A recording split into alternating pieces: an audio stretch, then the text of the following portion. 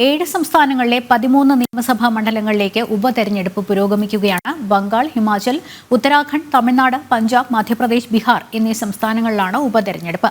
ലോക്സഭാ തെരഞ്ഞെടുപ്പിന് ശേഷം നടക്കുന്ന ആദ്യ തെരഞ്ഞെടുപ്പാണിത്. വിവരങ്ങളുമായി ഗൗതം അനന്തനാരായണൻ ചേരുന്നുണ്ട്. ഗൗതം, ഈ 7 സംസ്ഥാനങ്ങളിലെ 13 നിയമസഭാ മണ്ഡലങ്ങളിലേക്ക് നടക്കുന്ന ഉപതെരഞ്ഞെടുപ്പ് കിട്ടുന്ന വിവരങ്ങൾ എന്തൊക്കെയാണ്?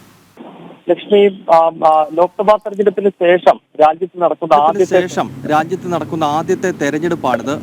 7 സംസ്ഥാനങ്ങളിലെ 13 നിയമസഭാ മണ്ഡലങ്ങളിലേക്കാണ് വോട്ടെടുപ്പ്. ഇന്നിപ്പോൾ തെരഞ്ഞെടുപ്പ് നടക്കുന്ന സംസ്ഥാനങ്ങൾ നോക്കിയാൽ ഒന്ന് പശ്ചിമ ബംഗാളാണ്. പശ്ചിമ ബംഗാളിലെ 4 നിയമസഭാ മണ്ഡലങ്ങളിലേക്ക് ഇന്ന് ഉപതെരഞ്ഞെടുപ്പ് നടക്കുകയാണ്. കൂടാതെ ഹിമാചൽ പ്രദേശ്, പശ്ചിമ ബംഗാളിൽ നമുക്കറിയാം BJPയും തൃണമൂൽ കോൺഗ്രസും തമ്മിലാണ് അവിടെ മത്സരം നടക്കുന്നത്. കഴിഞ്ഞ ലോക്സഭാ തെരഞ്ഞെടുപ്പിൽ തൃണമൂൽ കോൺഗ്രസിനാണ് അവിടെ ഒരു മേധാവിത്വം ഉണ്ടായത്. BJPക്ക് കാര്യമായ മുന്നേറ്റം അവിടെ നടത്താൻ പറ്റിയില്ല. ഒപ്പം ഹിമാചൽ പ്രദേശിലെ 3 മണ്ഡലങ്ങളിൽ തെരഞ്ഞെടുപ്പ് നടക്കുന്നുണ്ട്. ഹിമാചൽ പ്രദേശ് കോൺഗ്രസ് ഉത്തര ഭാരതത്തിൽ അധികാരത്തിലിരിക്കുന്ന ഏക സംസ്ഥാനമാണ്. അവിടുത്തെ 3 നിയമസഭാ മണ്ഡലങ്ങളിലേക്ക് ഉപതെരഞ്ഞെടുപ്പ് നടക്കുന്നു. ലോക്സഭാ തെരഞ്ഞെടുപ്പിൽ BJP മുഴുവൻ സീറ്റുകളും നേടിയെടുത്ത സംസ്ഥാനമാണ്. 4-ൽ 4 സീറ്റിലും BJP വിജയിച്ചിരുന്നു. അതിനാൽ ഉപതെരഞ്ഞെടുപ്പിലും ഒരുപക്ഷെ വലിയ മുന്നേറ്റം BJP ഹിമാചൽ പ്രദേശിൽ നടത്തിയേക്കാം. ഉത്തരാഖണ്ഡിലെ 2 നിയമസഭാ സീറ്റിലേക്ക് ഉപതെരഞ്ഞെടുപ്പുണ്ട്. ഉത്തരാഖണ്ഡും ഈ ലോക്സഭാ തെരഞ്ഞെടുപ്പിൽ BJP വമ്പൻ മുന്നേറ്റം നടത്തിയ സംസ്ഥാനം. അതായത് 5-ൽ 5 സീറ്റും അവിടെ BJP ആണ് വിജയിച്ചത്.